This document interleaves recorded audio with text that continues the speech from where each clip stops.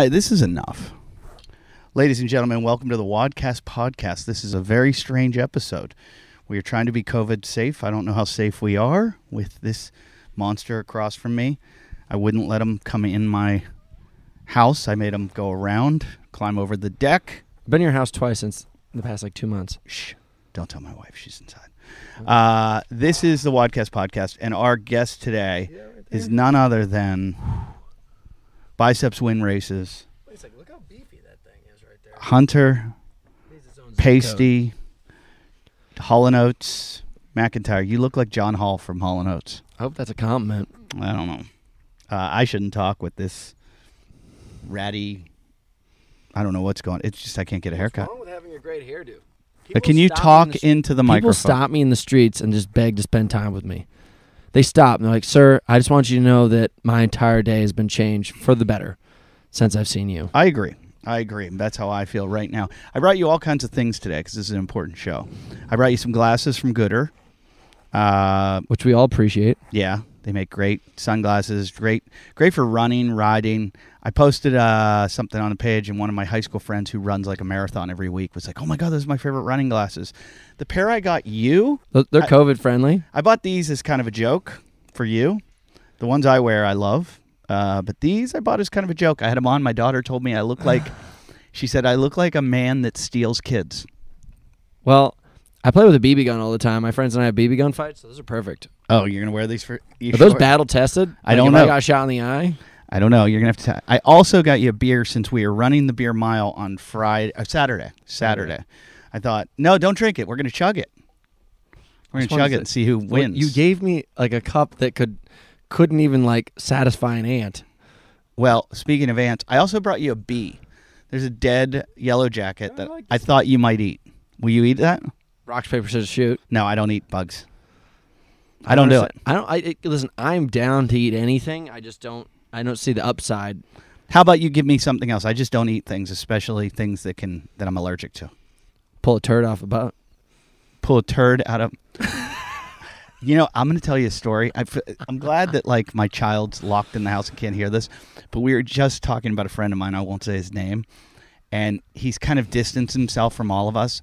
The reason he doesn't speak to me is because literally 20 years ago, this New Year's Eve, 20 years ago, my friends and I went to his girlfriend's place in Tahoe for a party. There was no party, and he made us all go stay in the basement. Like, stay there. Well, he was, like, upstairs with her and two of her friends. Why? Because I don't think he had the right to invite us. So we're downstairs, and we're staying there for the weekend. Did they know that you were there? Yeah, but it was kind of, like, rude. Like, they were mad that he invited us, and they were like, well, just have him stay downstairs. So it was like, you know, there were bedrooms and everything, but we were just confined to, like, the downstairs. It was really weird. So I might have looked up where you could hire a stripper in South Lake Tahoe. And I had a stripper, and I explained to her that she would have to come through the backyard through the snow because no one could see her because we had to bring her through a door in the basement, you know, into the house. So we had a private strip show, me and four of my buddies, while he was upstairs with his girlfriend. Now, in the middle of this, he came down and said, "Why are you guys being so quiet?" We had her hidden in the bathroom. Yeah. We showed him to her. He got a lap dance from her. Laughed, giggled like he's never giggled, and went back upstairs to his girlfriend. Years later, stopped talking to me and said, Eddie's really immature, and the stuff he did, like when he brought that stripper to my girlfriend's house, girlfriend who he had broken up with since, and he's like, I can't be friends with him anymore. And we have not spoken. How's that have anything to do with turds? Well, he was at a party one night, and he calls everybody into a room. The same guy. Years after that, and he's naked with his legs thrown over his head, pushing a turd out, sucking it in, pushing it out, sucking it in. You witnessed this? No, all my friends saw. That is heavy duty. What kind of friend is this? I'm a fucked up guy, but like if I witnessed that, I'd be like, I'm out. These guys I lifeguarded with in New Jersey. They're all everybody like that. I've ever met who's in lifeguarding is like just like downright dirty. Like they're like the bottom of the barrel fraternity brothers. We had a doctor on patrol who would take care of us if we got STDs. Like, you didn't go to the doctor. You went to this guy and you gave him $50. Pour gasoline on it? And he took care. No, he just gave you a bottle of pills. And he was like, here you go. Your dick burns. Yeah. You would walk in. You would go up to one of the lieutenants and you were like, yeah, I got a little burn down there. And they'd go, all right, go see the doc after work today. And you would drive down to Wildwood, New Jersey. And this guy, you'd like knock on his door and he would just hand you like a prescription thing of penicillin or whatever it was. My friend, he was in Virginia Beach lifeguard, like one of the biggest beaches in the country. And the stories he told me, it's just debaucherous. It's filthy. It was awful. We had a guy, I'm not going to say his name. He had sex with as many girls as there were days in the summer. So guys would like keep tallies. And if you want to Me Too something, Me Too these beach patrols. They're saving lives, though.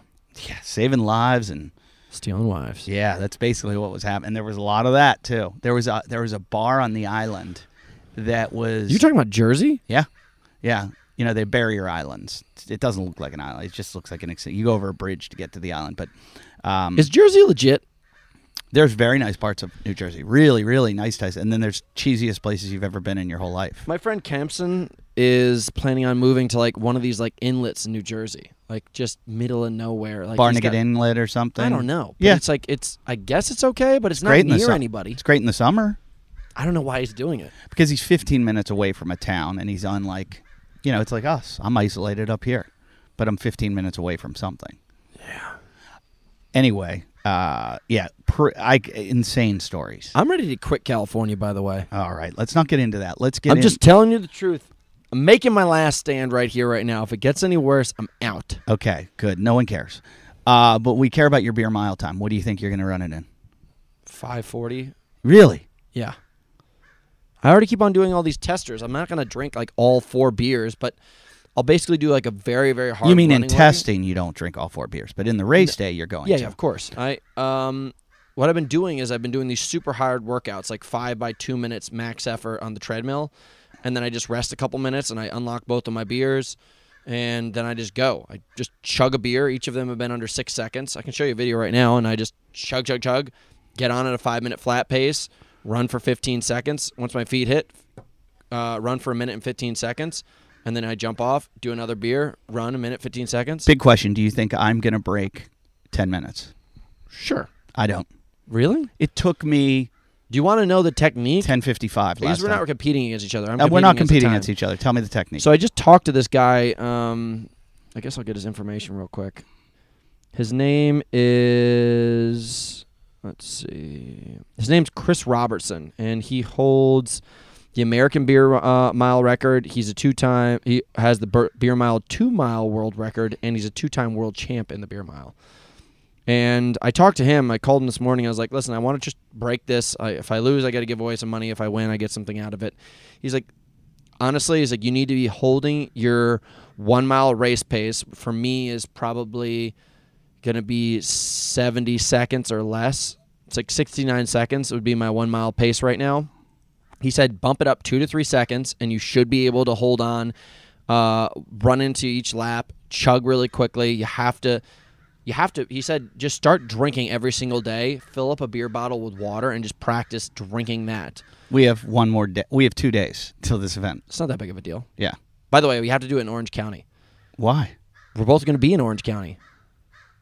No, I'm in Orange County on Friday. I come back. I'm there for work on Saturday. What do you mean? Listen, dude, you're down there. No, I'm not. You should have invited me to a comedy show and made me spend money on a hotel. Nope, this is not going to happen. We're going to Malibu High and do it. We'll do it Saturday night. Saturday in Orange County? Malibu High Saturday night. Okay, so we have Orange County Saturday. Why Orange County? Why are you down there? I do that. Literally, you wanted me to come do your comedy show, right. So I go get a hotel down there, and then I set up a bunch of work. I'm doing another interview. I'm shaking hands, kissing babies, COVID style, with a rubber glove on and a mask, and business. We'll get to your business, your OC All-Stars.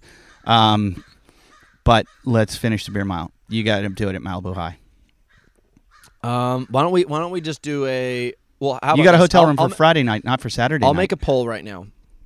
if they vote more for doing it down there with our crew versus Malibu High, we got to do what the people say. Do you have a film crew? Yeah. I'm flying in somebody this week. I literally pick up Nick at the airport tonight. All right. This is pretty good stuff. How many guys are running it? It's going to be... I mean, we'll do waves, but you and I will do one wave. And the second wave is going to be probably Fish and... Ryan Fisher's going to do it? Yeah. He drinks beer? No, but we'll make him do it. Oh. He's coming with us on Friday night. And a couple of the girls and guys that he's friends with down there.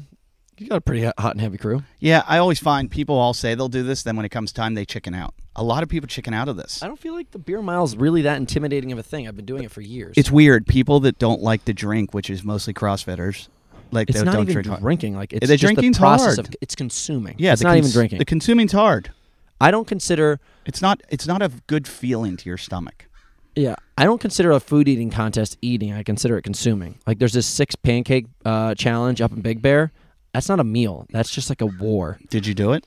No, dude. It's like in 27 years of them having that pancake house, the breakfast place called the Grizzly, only 4 people have done it. And they just say it's constant. People are always there. I've had a ton of friends try the 72-ounce steak in Amarillo. Where's that? Amarillo, Texas. If you're driving Route 66 across the country, there's a place called the Big Texan, and you stop, and they have a 72-ounce steak, which imagine basically 6 steaks. What? 6 big steaks. It's one steak that you're going to eat. It's a porterhouse, and you have to eat the steak, the salad, the baked potato, Oof, that's where the it gets shrimp cocktail, and the roll. And you have to eat the whole thing. You have an hour to do it. If you do it, you get the meal free. Okay? The meal's like $60 or something. And if you eat it, or $80, you get the whole thing free. But when you sign up to do it, it's a big like canteen kind of like dinner hall type place. They put you on a table like this. in front of everybody? Raised in the middle of the room. Yeah. And they've got a big clock behind you. And everybody watches you while you do it. Dude, So I was there with my wife and driving across country, and we stopped by, and I saw a guy doing it, and he was probably had like 10 minutes left. He had a lot of food left on his table, and I walked over to him at one point when I was going to the bathroom. I go, "How's it going?" And he goes, "This is the worst decision I've ever made in my whole life." Dude, one time I met up with Tommy in Vegas when I was doing that whole like CrossFit Open promotion, trolling around, doing it with all the people. Tommy and I went to this place. It's this like famous burger and shake place, and like we ate a burger with 8 patties on it. I think it was like 6,000 calories for the whole burger, and he and I raced each other. And basically, they have a spanking. This is Tommy Hackenbrook. Yeah, they have a spanking post in front of everybody. They'll bring you up on stage, and then they heckle you, and then you hold on to these 2 metal bars that are bolted to the wall, and the girls come over. I thought it was a joke. This girl came over and smashed my ass with a paddle so hard, I felt like I got shot in the ass with a gun. Wait, for losing? For not doing it? Tommy beat me by like 2 bites. So he didn't get spanked? No. Dude, I was instantly covered in sweat. Like, like that fear sweat? Oh, yeah, I would be too. Let me tell you a spanking story. We were at a bachelor party on Lake George. Do you know where Lake George is in Albany, New York? Like north of Albany. Bachelor party. My brother went to college on that lake. And it was like the middle of nowhere, and I called one of the guys from the Howard Stern show, and I was like, "Hey, I need to get strippers up to like Lake George. Do you know any?" They were like, call this number, whatever. So I get this number, and this girl shows up. Her name was Kitten. And I think Kitten brought a friend. I can't remember. But there was a groom and a bachelor. I can't say names. And they made them like part of the show. And it was like 20 guys in a lake house, and then these 2 strippers.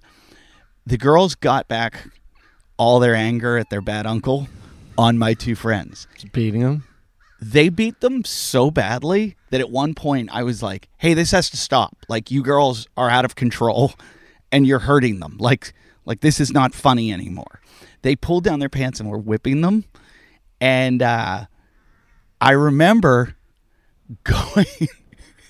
going to the wedding. My friend told me, like I was one of his groomsmen, we were getting dressed. He pulled down his pants and he showed me, because it was like a week later or 2 weeks later. He showed me all the black and blue marks on his hamstrings and his butt. And he was like, "I can have sex with my wife tonight." on our like wedding night because I can't let her know what happened. He's like, I don't know what I'm going to tell her. He's like, he goes, I'm just going to get so drunk that I can't have sex, that I pass out. Because she's going to want to have sex. But I go, just keep the lights out. Just make it dark. And he was like, it was the back of his hamstrings and his ass were Passion of the Christ. Completely purple. Yeah, Passion of the Christ. I had to stop this girl. I had to be like, Kitten, you're out of control. Like, you need to stop. You're going to hurt them. Dude, the same thing happened, but it was us. So it was my buddy's bachelor party a year and a half ago, and it was up in Breckenridge. And I show up 2 days into this like week-long, or maybe I'm actually like 3 or 4 days late into this week-long bachelor party of like him and all of his college friends. I was one of his high school, like elementary school friends. I show up, and it's just a bunch of guys sitting around a table drinking beers. They're like, yeah, man, we've been skiing and stuff, and it's like really cool. And I was like, what the fuck? Yeah, this is a bachelor is party. Wrong with you guys? I was like, this is my buddy's last weekend being like a wild man.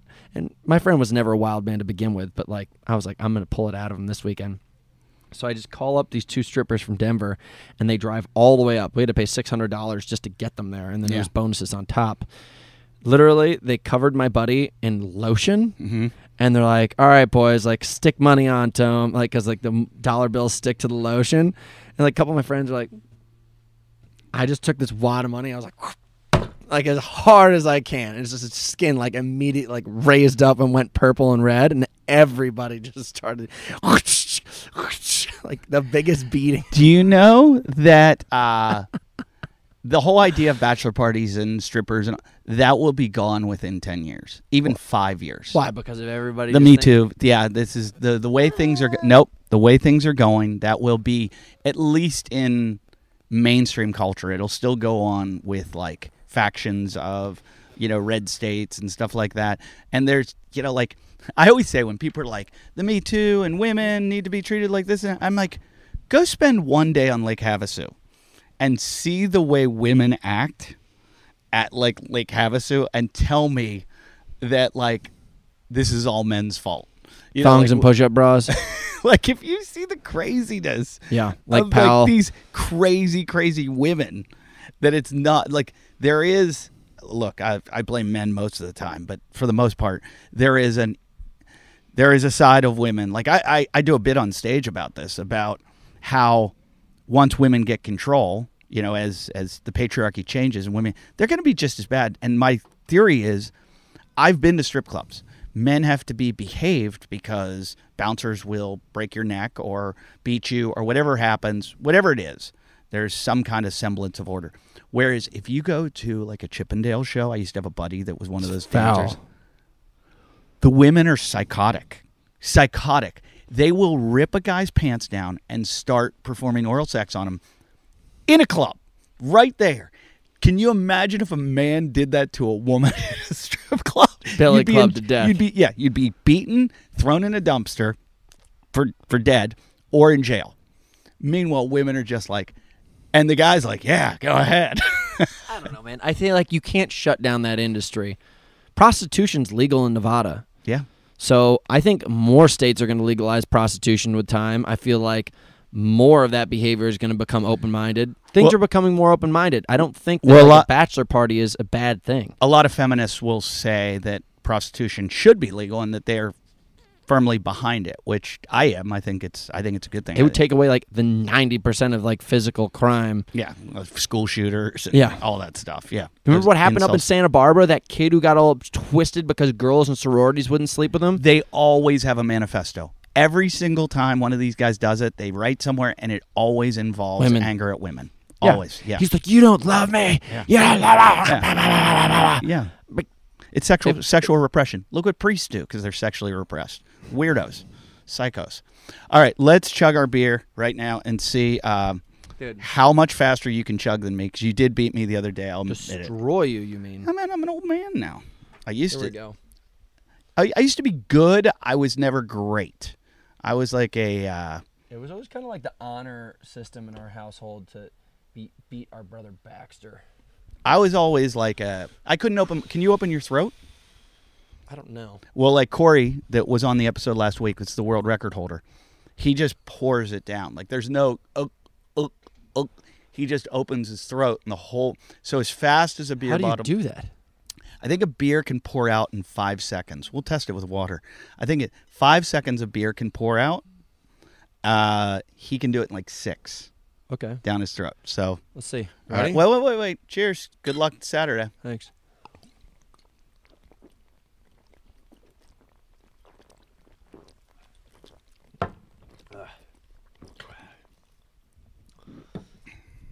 This is the thing that I have trouble with. That was all foam, and look how it just builds up. So he said, at the end, you can have 1 ounce or something. You pour all your 4 beers into a cup, and if you have more, he got disqualified last year. The World Championships. Yep. So that's the thing I can't figure out. I think we'd both be disqualified.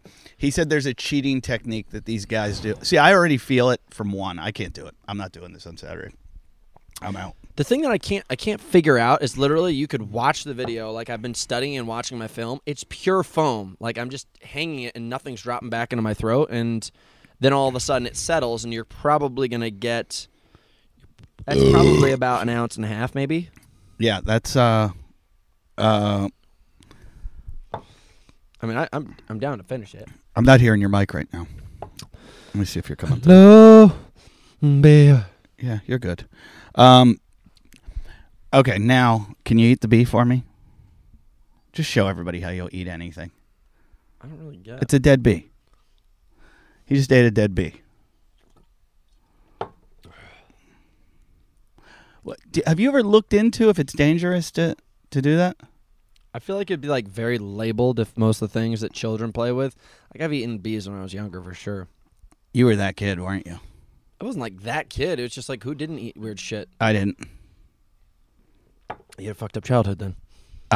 You've eaten scorpions. Scorpions, tarantulas. You've eaten a tarantula. Snakes, salamanders. You've eaten a snake. Yeah, little ones. Not like a fucking gigantic rope. You made your girlfriend eat a scorpion. That's not that weird. That is weird. Dude, in some cultures, they exist like predominantly on bugs. Not this one. Not in this one, no. But I just think it's odd. Like, we go out and do all these nature hikes and everything like that. And, I mean, the weird shit that we put in our mouths anyways, just the fact that we eat just probably thousands of pounds a year. No, not thousands of pounds, but enough. Several 100 pounds a year of meat from dead animals that come from places like Fresno. Mm-hmm. And you won't eat a bug that's probably off your backyard and like actually eating things that aren't covered in pesticides or like hormone based. It's pretty weird. We'd both, by the amount of beer we left in, I'm pretty sure we'd get disqualified. So make sure you finish your beers or I'm going to disqualify you. Thanks. Do you ever look into Paul Chek? No, who's Paul Chek? He was kind of the first person to like really get into like the biohacking industry. Like he was before it became a buzzword. Right, like he was that kind of person. And I'm reading his book right now on like digestive system, gut health, all that kind of stuff. Like he was promoting this stuff like 30 years ago before any of the industry got into it. You should look into that. It's amazing the stuff that, like, I'm now reading it and trying to get away from like all this like mainstream food eating because of the way that like it's just undigestible and also the toxins that get inside of you. I agree with all that, but at the same time I think so much of this is pseudoscience, and a lot of guys, like even the guys that I love, like the Chris Kressers, and sometimes when they start talking about the gut biome, it's so unproven, and everybody's like the gut's like the brain, and no, I'm not digging that deep. I'm just saying, like, the difference between raw milk and pasteurized milk, the difference between, like, you know, organic meat and non-organic meat. Yeah. All these kind of things, yes. like that stuff. Well, like Lauren right now is working with Dylan on her diet, and everything he sent her, a lot of it I knew and understood, and it was like, you know, like his template, and it was really good stuff, and I'm like, okay. And I see where he's going, a lot of the sodium, magnesium, potassium pump type stuff, and just making sure she gets lots of salts. And then it got into AGEs. What's that? Exactly. I had never heard about this, and it was about cooking food. And it's like, it goes back to how I always make fun of Bobby. Toxins that get released when you cook? And then it goes back to Bobby, Crazy Bobby, from like 5 years ago telling me something that I thought he was absolutely crazy. And then I start reading this, and as I'm doing the research on what Dylan sent Lauren, and I'm like, oh. Well, you don't live in a test tube. It's impossible to monitor all this stuff. I get that, but it's as science. Look, years ago we didn't know about triglycerides. We didn't know about lipids. We didn't know. There's certain things that people learn, and all of a sudden it's the new norm. It seems like this is something that we haven't really. I mean, we know about, like, if you use high heat on olive oil, you can turn it into a carcinogen. Like, you should never cook with olive oil at a high heat. I do that all the time. So bad. So bad. It's hysterical. So I was literally bad. just cooking potatoes with olive oil today at high heat. So bad. So if you're gonna use butter, ghee, I think you can even go coconut oil, but I think coconut oil is more of like a medium heat. But like olive oil, always stay low heat. I just made $20 off my friend the other day. He did not believe that coconut oil had no sugar in it. I was like, why would he think? Because he's like, it's from a coconut. And I was like, So I've been working with Inside Tracker. I had my blood test done and had all my markers done. And I have a little bit of a high LDL, which is weird. But I think erectile dysfunction? No, this is my cholesterol. And I've really low triglycerides and a good HDL, which is your good cholesterol. So it really doesn't matter. But I can bring my LDL down a little bit because those are the ones that make plaque. And I was like, well, I eat a lot of coconut oil. And it was funny. I'm going to have the woman on the show because she was amazing. She was like, she's like, it's amazing how coconut oil, they kind of, how they got themselves called a health food is unbelievable. Dude, the craziest thing also about coconut products that blow my mind is 10 years ago, coconut products were not on shelves. Where the fuck did all these coconuts come from? That's what she was saying. She was like, well, she didn't say it like that. She just said it's amazing that they've been considered a health product. And look, I like coconut oil. My daughter, me, my wife put it on our skin all the time. I think it's great. I think coconut oil is amazing for a lot of things. But she was like, you might want to lay off the coconut oil a little bit and maybe the butter. Like, just slow down with the butter because I just butter the shit out of everything. She's like, just calm down on that and we'll bring your LDL down a little bit. I mean, it's so marginal how, like, it's not bad at all. But it was interesting about the coconut oil. There's something else about it. But back to the AGEs. I had no idea about this shit. It's like gut biome. It's like all this new science that, if you Google it and go into it, I am so not well versed. So much. This hand shakes because I have when I broke this elbow, I did something like nerve damage or something, and ever since I broke my elbow, like if I lock it out, my whole hand tingles. The olecranon bone pulled off, like yanked off, and I now have a bone chip. I have a pothole in this elbow. What's a pothole? It's just like a freaking humongous hole in my elbow from when I smashed into a rock. The human body's pretty amazing. I'm complaining about a tingling in my elbow, and I had Logan Aldridge on here who doesn't have an arm. AGEs.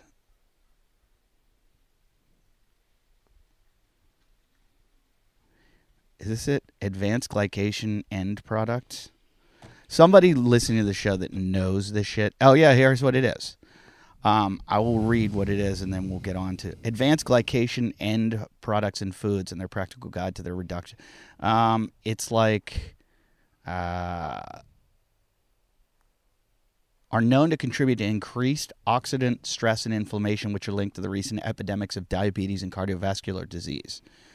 So it talks about meat, basically, and the way you're cooking the meat. So it's a whole interesting wormhole to go down. I got a DNA test, and they told me that I was not supposed to eat cooked meat.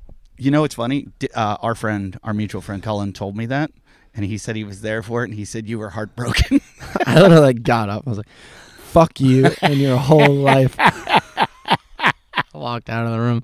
I don't really eat steak that much anymore. It has nothing to do with that conversation. Like, I don't know why, but I was eating 2 to 3 steaks a day, ribeyes, cooked in butter, and I was in apples only, and I was just like shredded to the bone, benching, squatting, like lifting, running hard. I was like, I'm a fucking animal. I've maximized my body. And then all of a sudden, just shit the bed. And so, who told you this? Someone at a. This guy he calls himself the cell doctor. Supposedly, he just like from like years of studying, like he'll just take like a little blood dab, put it on, and look at all the cells and stuff, and the way that like the cell, like blood cells are formed and everything. And he goes, oh, based on this, like you have inflammation when you eat too much too much protein and fats at the same time. I was like, what do you mean by that? He's like, well, like red meat, specifically like something like a ribeye, would actually be really bad for you. And I was like, what'd you say? Yeah, well, what I broke down from my Inside Tracker information and what they recommended for me is that I should slow down on the red meat a little bit and up my fish intake. Like, I probably eat fish once a week. I eat fish 0 times a week. And vegetables, 0. Oh, see, now it was just like add a lot of vegetables. I'm going to add a lot of vegetables and eat a lot more fish. I just do green powder. Oh, well, that's good. If you're doing that, that's great. You're getting all the vitamins and minerals from that. Makes my poop soft. Does it? Magnesium will do that, but you're probably getting magnesium from that. I thought, like, I started to think I was learning about gut health, and I started reaching out to people, and not many people wanted to give me information without, like, these humongous deposits of cash. Really? Yeah, it was ridiculous. The internet, like, training world is such ridiculous. Like, people, like, get, like, a 5-second certification. They're like, yeah, I'm a gut specialist. $5,000 deposit to learn. But you're also kind of a whore, I've noticed, that you go to coach, trainer to trainer to trainer. To learn. And I'm not saying there's anything wrong with that. I'm just saying that you have this cross-pollination of ideas that you've brought in, and sometimes I feel like... How do you get an education? You're living in a dead-end street world. What I've done is created a map where I can literally sync up any idea. What do you think I do with this show? I learn from a lot of different people. I'm doing the same exact thing. What I'm saying, though, if I went to when I ran track, if I went to a different track coach every day, I would have fucked myself up. It's not like that. It's not like that. So, dude, the CrossFit world, like, look at this. Do you guys remember a name named Brian McKenzie? Yes. Remember when he used to be God? Mm-hmm. Nobody even fucking knows who he is anymore. That's bullshit. Brian McKenzie is one of the utmost authorities on breathing right now. Hold on. You know that because you started this podcast like 10 years ago. Nobody who showed up to a CrossFit in the past like 3 to 5 years knows who that guy is because people, literally, there's such a shift in science all the time. So I go and I sit and I learn and I take as much information as I can until the point where I was like, I'm only going to keep on hearing the same thing over and over again from this person. So I go to the next person. Okay, but let's look at it as though it's martial arts. Okay. So have you ever watched what happened in the beginning of mixed martial arts when a karate guy went up against a boxer versus a wrestler? And then all of a sudden someone who learned all 3 of those modalities just beat the piss out of one of those guys? But you don't think there's guys that stay with John Hackelman, that have trained with John Hackelman their whole entire careers? And they get crushed. No, that's not true. Look at these guys who are multi-dimensional sports, come from multi-dimensional sport backgrounds that go up against single modality people. No, I'm not saying that. Obviously, you need to get all of those different modalities in. Same with CrossFit. You can't not learn gymnastics. You have to learn each and every one of them. And if your coach doesn't have that, you have to bring that in. What I'm saying is there's something to sticking with a coach. You don't think all these guys with Ben Bergeron or Christian Hinshaw, they all leave, dude. Okay, let me give you a very easy example. Matt Frazier used to work at Champlain Valley. That's the first CrossFit he was ever working at. Okay. He was working under a girl named Danielle something, or it started with an H. She used to be a really good CrossFit level girl. Outgrew her, went to Ben. Outgrew him, went down to... I think he's still with Ben and Hinshaw. He's not, dude. Are you sure? I'm telling you the truth right now. He probably doesn't want to share this information, but he does not work with them. Okay, so he moves on to the next person. Now he's down in Tennessee. He's working with that person. As soon as he's done with them, he's going to work on to the next person. I'm just telling you right now. I think he works with Hinshaw still, and I think he works with... These people think that they work with these coaches, but in reality, every super high-level athlete that I ever worked with works with themselves, and they work underneath the body of one thing. Like, if you go to Nike and you go to track there, dude, sure, you're part of, like, Alberto Salazar's program, but a lot of people did not do his workouts. And a lot of people did not do the things he was prescribing. Like, I would go up and train in Park City, and I would be at the Nike training camp. Every single one of these guys had a separate coach, even though they were under the Nike team. Sure, the Nike team is supposed to be scheduled by one person. Listen, it's just the way of the world, dude. If you want to be the best in the world, you need to continually do research. It's my circumstances. I used to work with Rich Diaz all the time, who was my running coach. He got me down below a 15-minute 5K, which is spectacular.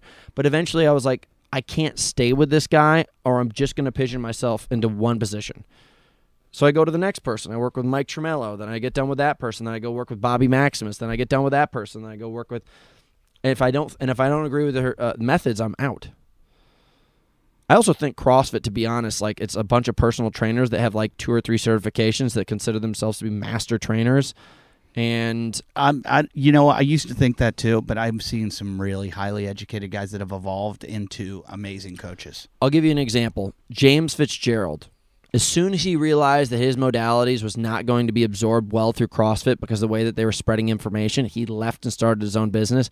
That dude is very smart and extremely successful. They don't talk about him very much because they understand the power of his intelligence. Well, there was also, back in the Glassman days, there was a power structure that is gone now. Now that you've got Eric there, it's a whole different world. We haven't seen how it's going to evolve. The smartest people I know who have ever been involved in strength and conditioning have zero associated with CrossFit.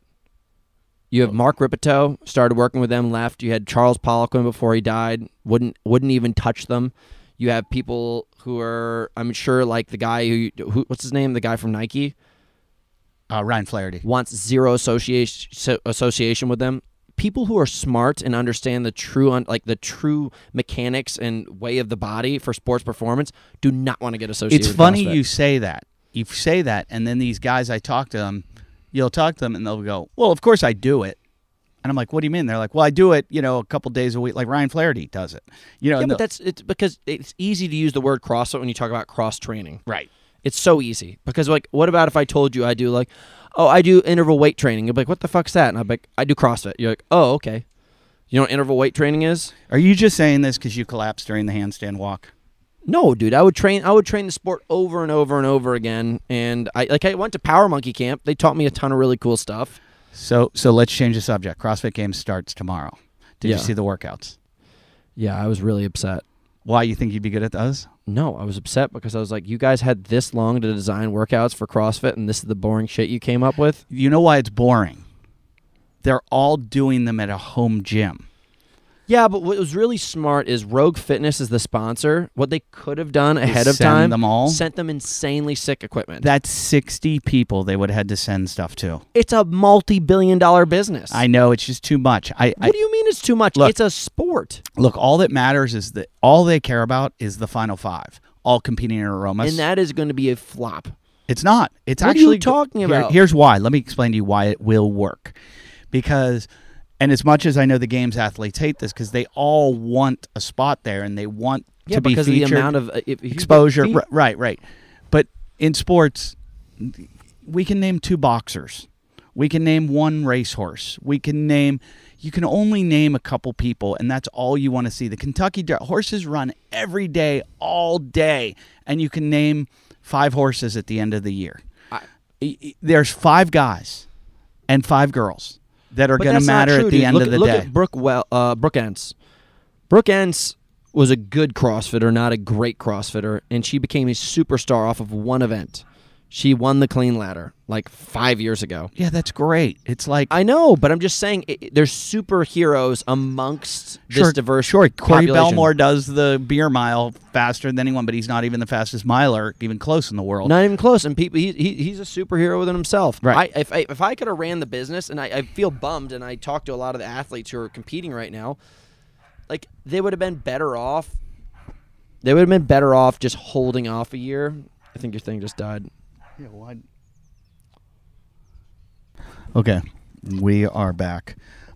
We were talking about the CrossFit Games, the coaching, and then the events. And I wanted to get to the events because they do look horrendous. I mean, it's a front squat, a handstand hold, a bigger version of Fran, and something else. It's a lot. You want to go in the garage and do it? It looks brutal.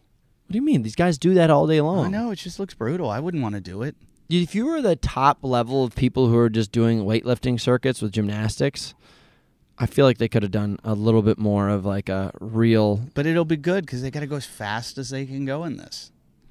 Listen, as a fan, I think that what they need to do, especially the position that they put themselves just in, nearly collapsing the company over a tweet, they need to do a better job at creating a spectator sport that awards the people who are watching. Like I said, the final with the 5 against 5 is going to be awesome because it's you're going to get to know all 5 athletes. You're going to have you have more stake in it. You're not when there's so many. It's like the Olympics. The Olympics, they kind of figure it out and they do all those interviews beforehand. So they have stories on all of the competitors. They have their backstory. The Olympics is successful. Let me explain. They do a backstory on each and every one of them. The producers go out and find out every single guy has a chance. They do backstories on them. So as they start winning, they start showing footage on them, training, footage on their backstory, with their family, with their that, so that the viewer then has stake. They have a vested interest in them. And that way they have it already compiled months before the Olympics. What happens in the CrossFit Games is you're watching 45 people compete, and you're like, who's going to win? And you really don't know who's going to start coming up. And by the final day, you're like, I've never even heard of this guy before, and he's in the top 5 or whatever it is. So you don't know who he is. In the old days, everybody knew because of social media. Everybody knew the Rich Fronings and the Matt Chans and all those guys. The Bridges, they knew them all because of so much social media. Now these new guys, yeah, they're big on Instagram or whatever, but they're not like... There's so many guys at the games that I had to look up that I was like, I don't even know who these people are, especially the women. So by the time you get to 5, when we find out who the 5 are, everybody's going to go out and probably will know who the 5 are because, this is a sport that rewards people that have been doing it a long time. But you will be able to go watch them, figure out who they are. By the time the games comes, when it's down to 5, you're going to know all 5. And you're going to have a vested, and it's going to be more enjoyable because you know everything about all 5 of them. Are you producing a show right now? Yeah, I think this is on. No, I get where you're coming from. I don't know. What I was getting to is how long do you think you could handstand hold freestanding? Maybe 20 to 30 seconds. What? Really, that's all you could do? Yeah, but how often does anybody do that? That's one of the events. I get it. It's not impressive. That's what I'm trying to say. It's like if you had the best, football players in the world and they had to narrow it down, you wouldn't get Tom Brady based on the tests that they were giving. No. Even the combine. You wouldn't even get the best specimens. That's what I'm trying to say. It's I think what they're doing is they're creating this chop suey version. That's like last year. I don't even think the top 10 guys in the world were the top 10 that were in that circuit. You're out of your mind. That's why they do so many events. What do you mean, dude? They literally, you can't just based on if you look at all the numbers, dude, you cannot take second and third place at the CrossFit Games in 2019. Didn't even make it past the third cut. Here's what I want to tell you. The world record for the max freestanding handstand hold. What do you think it is? I don't know, 22 minutes? 12 minutes. 12 minutes and 8 seconds by Gordon Lindsay.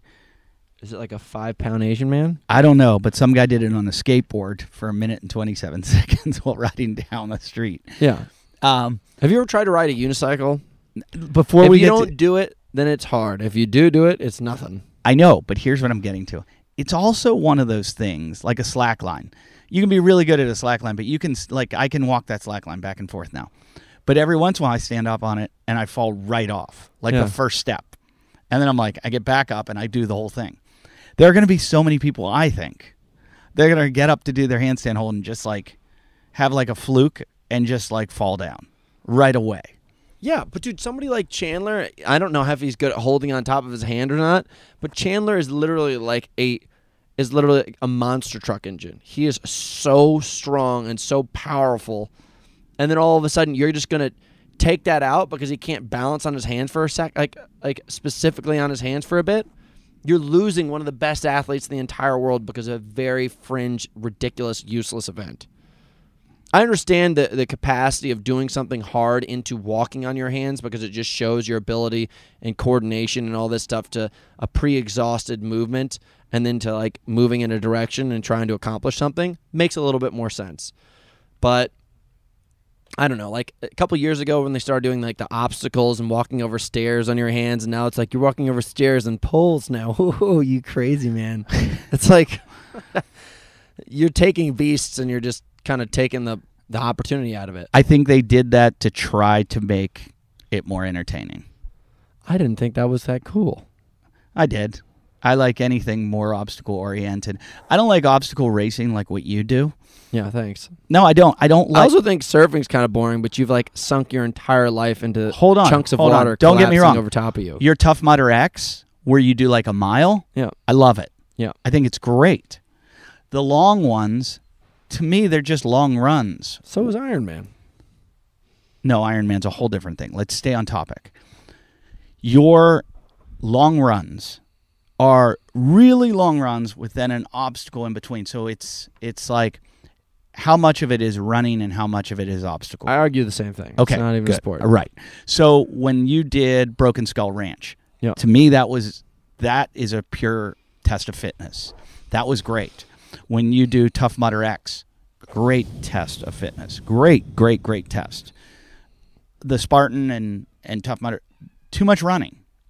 It's great. I love running. I think running's a great thing, but not enough obstacles, too much running. You think standing on your hands in one place is a great test of fitness? You're not hearing me out. CrossFit, I think, is way too much Olympic lifting. And I've always said, I've said it a million times on this show, I would like to see you train using CrossFit, but when you get to the games, nothing you've ever seen before. So it's weird-shaped objects and weird runs. Like, I love when they take them up to the ranch. This is the point that I had to say. Okay. Rogue, a multi-billion-dollar business whose business has probably grown more in the past 6 months than they have in the past 6 years, had the opportunity.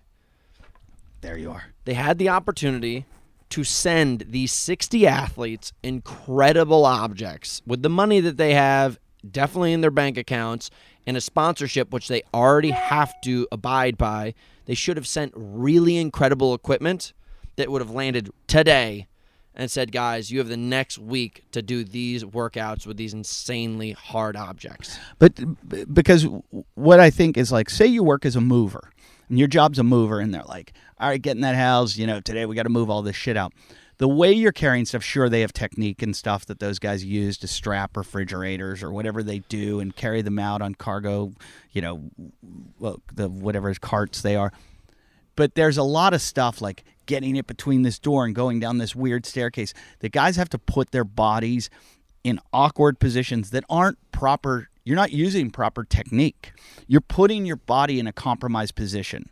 When you're like moving something, you're trying to get through a door and you're like, anyone like weightlifting would be like a weightlifting coach would be like, you don't ever hold something like that. And you're like, but it's the only way I'm going to get it through this door. Yep. I've got to bend down like this and put my arm to the side. And they're like, you're going to get... That's the kind of shit. That's where real functional strength comes in. Like, so if you trained, you're going to have the strength to be able to do these things. So like, give them an event, like just like say, okay, here's a refrigerator guy. You're going to carry this refrigerator some way around a track. One time around, everybody who ever gets around. How are you carrying this thing? Where are you going to put it? What are you going to do? Are you going to drag it?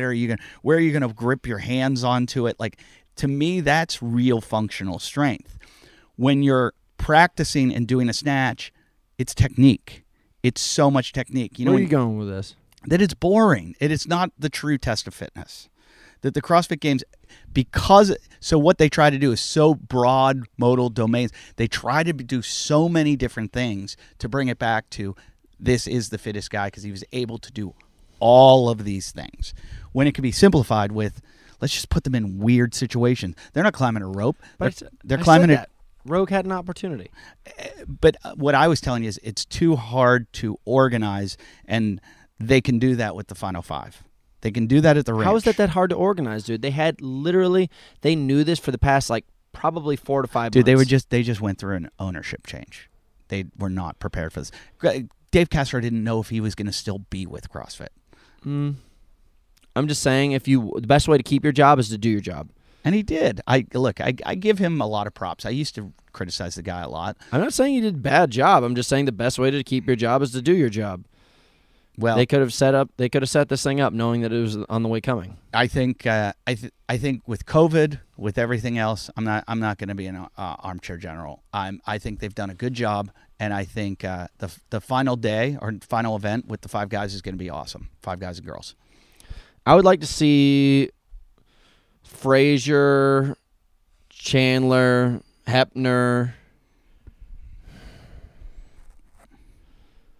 Noah, and who's just a mute? Your buddy Fikowski. I think Fikowski actually would do really well, but Pat Vellner will do better. Fikowski's going to do well because they've got that row in the first day.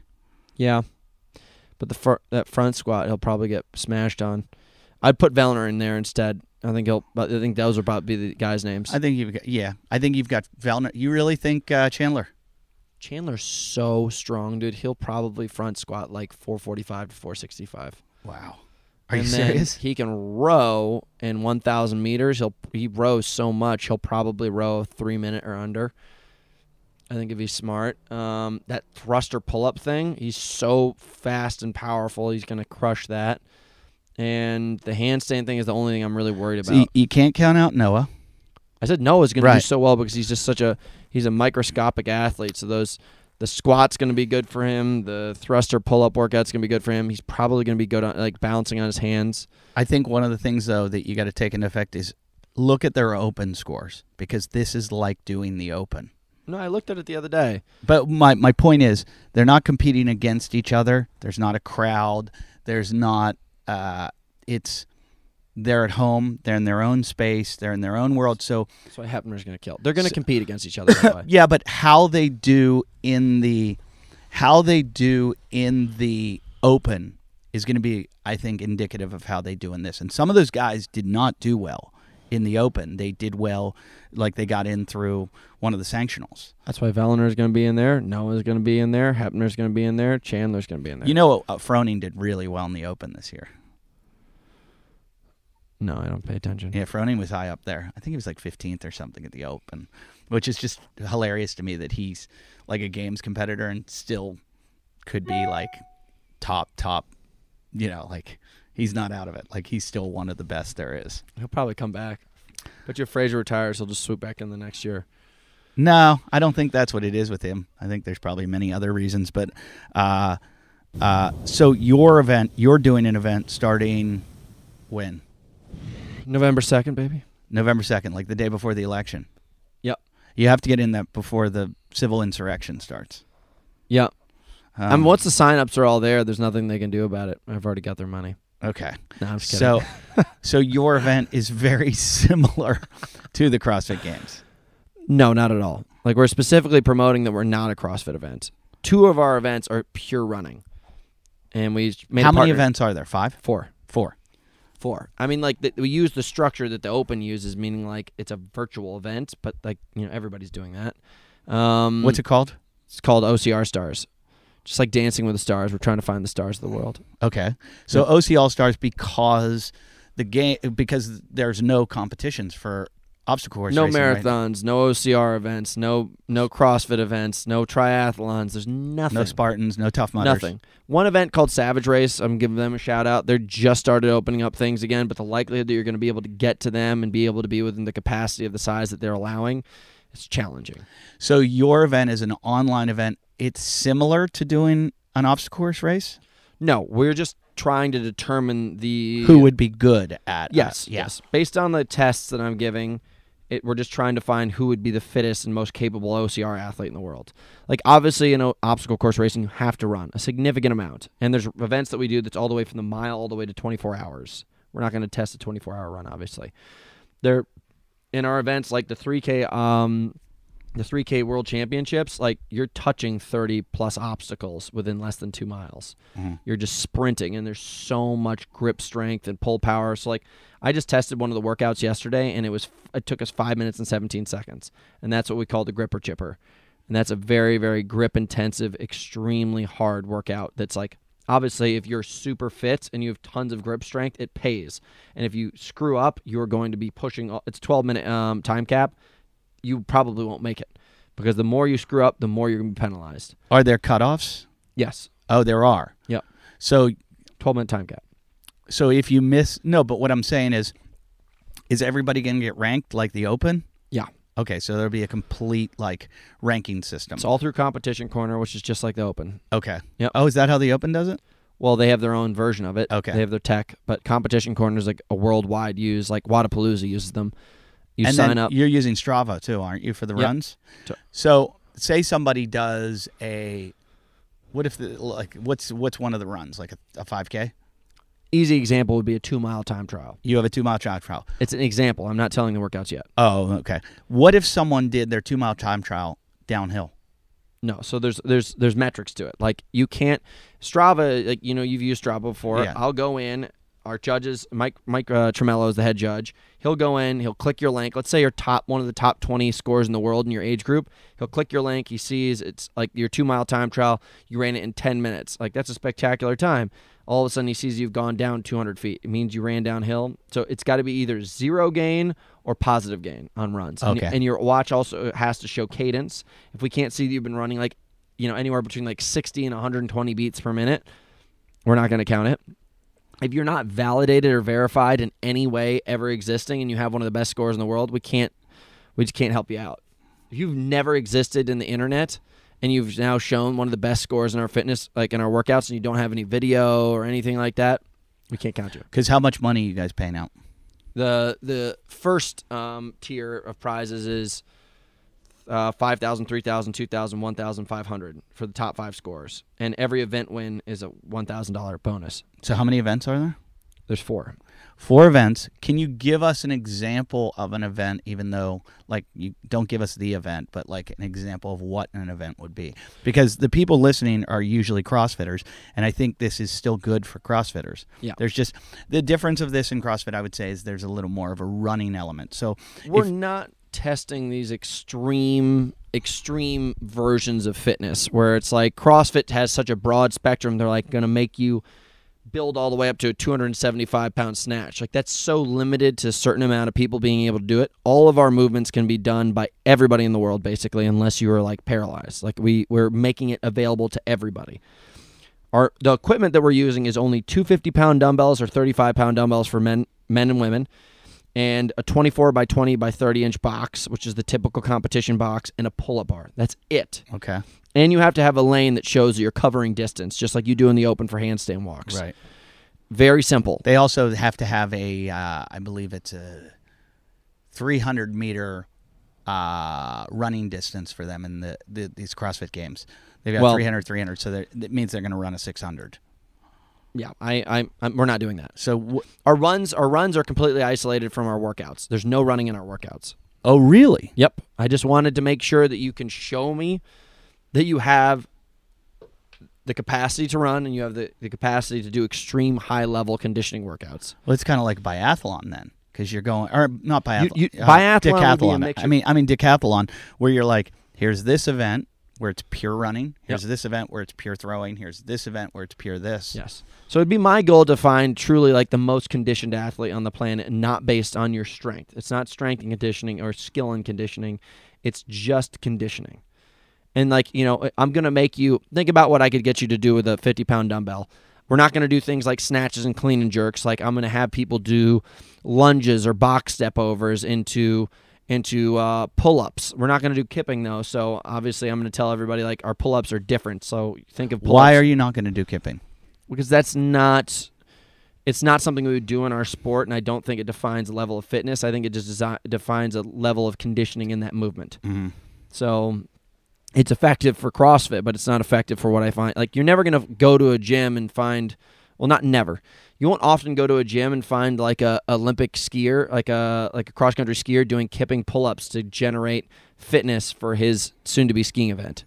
But you will find them doing like extremely hardcore dips or barbell rows or doing strict pull-ups and things like that. But we can't test strict pull-ups that way. Okay, so what are all the equipment they need again?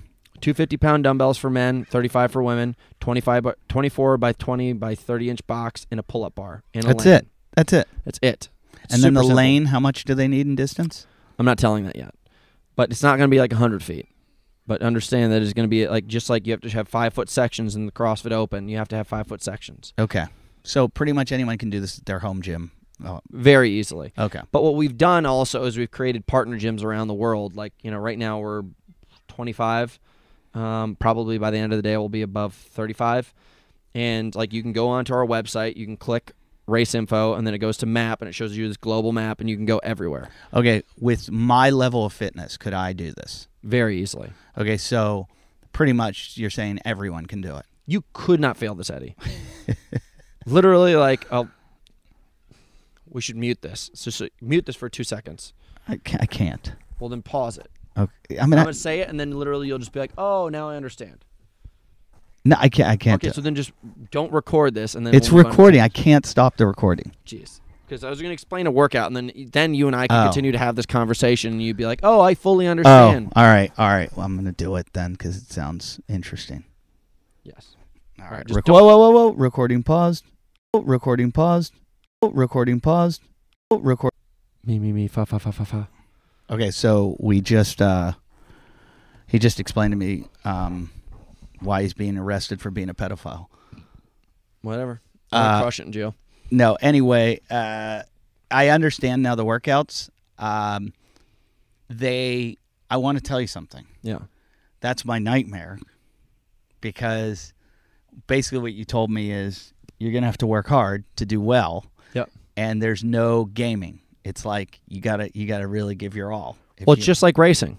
I mean, if you screw up, it is going to cost you. If you are prepared and analytical about this thing, you're going to succeed. It's the kind of event that I think gives competitors butterflies, like coming into where they go, if it was a CrossFit Games event, there's like, I don't want to give up your concept, but it pays for dogging it. Like you dog it, you pay for it. Yeah. And there's no slowing down. It's you slow down, you might pay the consequences more for laying off the gas. Yeah. Well, the fun thing also about our runs is the sprint lap always pays. So in our time trial, the last mile in our long time trial, it's a kick lap. So it means like you have to sprint the last mile. So if we're doing a 5-mile time trial, let's say you ran all 6-minute miles, and then you do the next one in 5, the last one, and your competitor does it in like 5:05, and somehow it's the same time. The tiebreaker is the person who does the fastest mile at the end. And then with our short distance one, which is going to be held at a track, it's the fastest lap at the end. So it just pays to fucking book it. This sounds horrible. But that's what our races are like. I mean, we design these workouts. I design these workouts because I've been designing workouts for myself for the past 10 years. Like it's perfectly designed to perform in our races.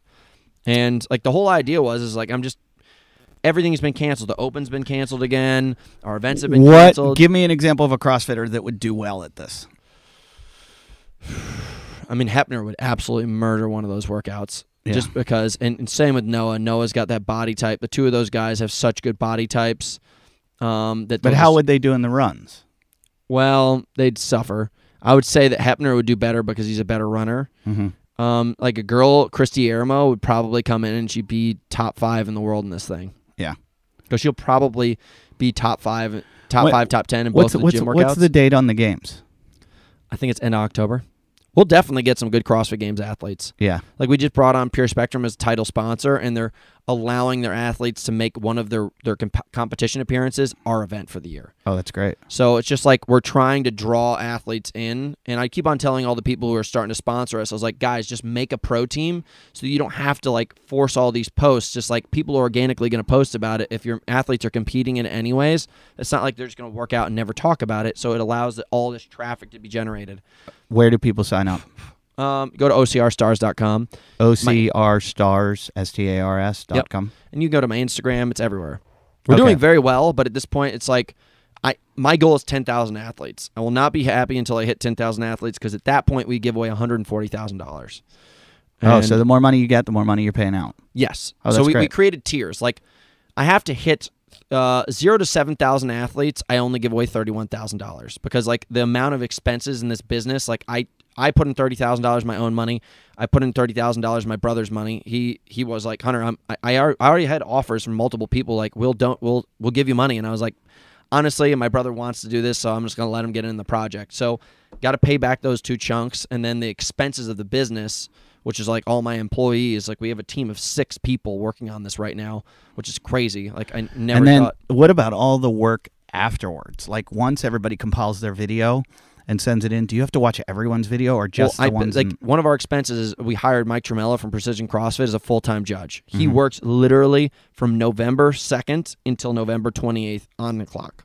Watching video. Yeah, watching videos and verifying it. It's like wow. he has a salary for that month. He's going to make a chunk of change. He has to pay other judges because he can't watch everything. Yeah. But I mean, like we very much gave a big like burly budget away. Are you for having stuff. age groups or is it just men and women? 14 categories, 10 age groups, 2 pro, 2 team. Wow. Yeah. You put a lot of work into this. It's crazy, man. Like I just was like, I was so sick and tired of literally showing up to flights and things were canceled. So I was like, I know I could get on this flight and go to this country, but my event's going to be canceled when I get there. That happened to me twice this year. So I was just like, I can't do this anymore. Imagine every weekend of your life being canceled. Yeah, exactly. So you know what I'm saying.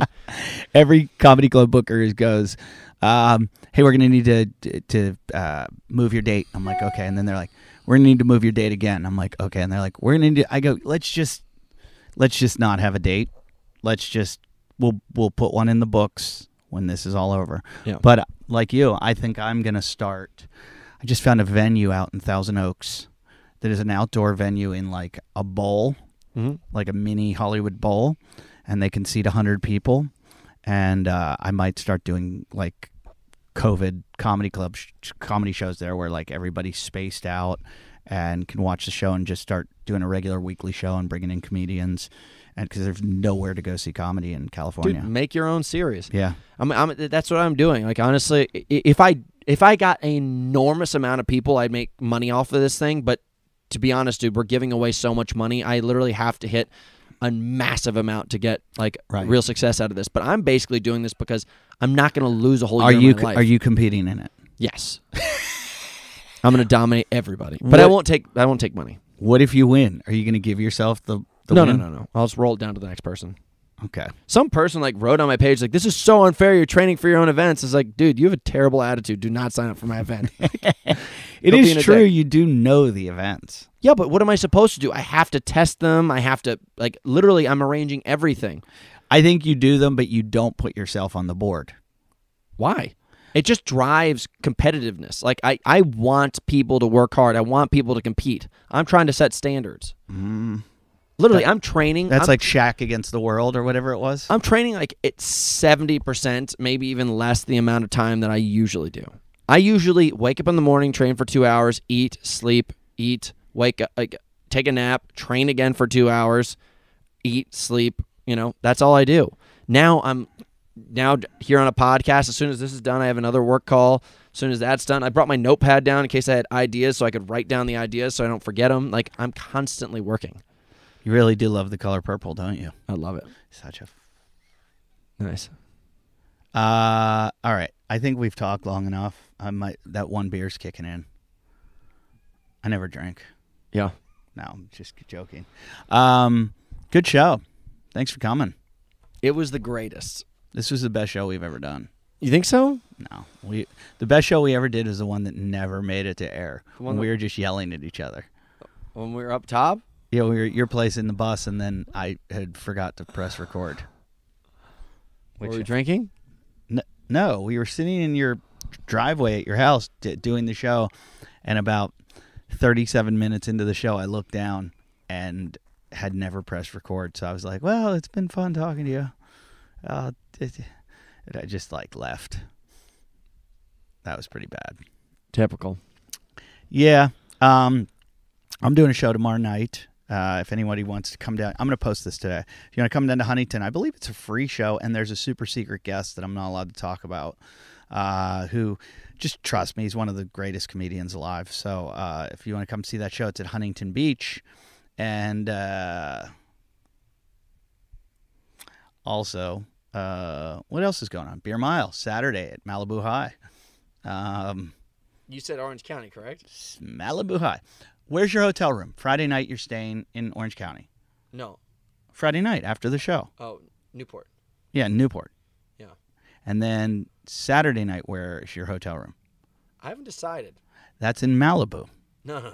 Yeah, you're staying in Malibu. Dude, these filters are so funny. Oh, I love them. Saturday, I can do it to you too. All right. Well, it was great. It was great being here. I'm gonna drop the mic and I'm gonna go. No. I've got to ask you, in all honesty. What? So Saturday night, it's Malibu High, I think. Newport. Why? I can't. Because no one's coming here to come do the show. We could get a lot of people coming together. We got a cameraman. We have everything set up, really meant to have a good time and create some good content. And it's just going to be me and you sitting here at Malibu High with nobody else there, and no one's going to witness this greatness. For me to drive down there twice. Just stay there. Wait, I'm going to green screen you. Stay right here. Whoops. Wait. People don't like this at the end of the show. Hold on. Wait. Ready? Wait till you see what I green screen behind you. This is gonna be awesome. If you guys want to go to my Instagram and see what I green screened Hunter doing, wait, never mind. All right. Well, thanks for listening to the WODcast podcast. I'm your host, Eddie Ift. Wait, that's how I start the show. I'll do what you do. Go to OC Stars. Man, what is it? I don't even know why I come to have these. I just gave you a great. We just plugged the whole show. What is it? OCstars.com? OCR Stars. OCRstars.com. OCRSTARS.com. Join up. I'm probably going to compete in it. What's the longest run? Can you give me an estimate? It'll take you definitely under an hour. Under an hour. I'm going to do it. I'm going to compete in it. You'll see my dumb score on there. I'll be like, yeah. I'm going to be the slowest score on there, but I will do the event. And you guys should all do it too. Sounds like something that would be interesting for WODcasters and Show Hunter, that you support him and like him on the show, that you actually signed up for his event. How much is it? $30. $30. Let's all do it. It's better than the CrossFit Games. Come on. Yeah. And handstand walk or handstand hold. Who's going to win it? Give your prick. Someone we don't even know. Exactly. It's going to be somebody we don't know that is a gymnast. So see the games. Come see us do the beer mile down in Malibu High. And I am going to try to break 10 minutes. It's going to be really hard for me to break 10 minutes. And Hunter has to go under 6 minutes, or I get a 5:40. He's got to go under 5:40, or I get $1,000 to my charity, an ALS charity. It's under 6 minutes. Oh, it's under 6 minutes. He's got to do. I get $1,000 going to an ALS charity. And thanks for listening to the show. Thanks for our sponsors, Eat the 80, which is I'm going to eat one right now. They're the best food in the whole world. And Inside Tracker, and trust me, I'm going to eat the 80 because it's going to get my blood work better on Inside Tracker. And thank you guys for listening, and go to OCRstars.com. Sign up.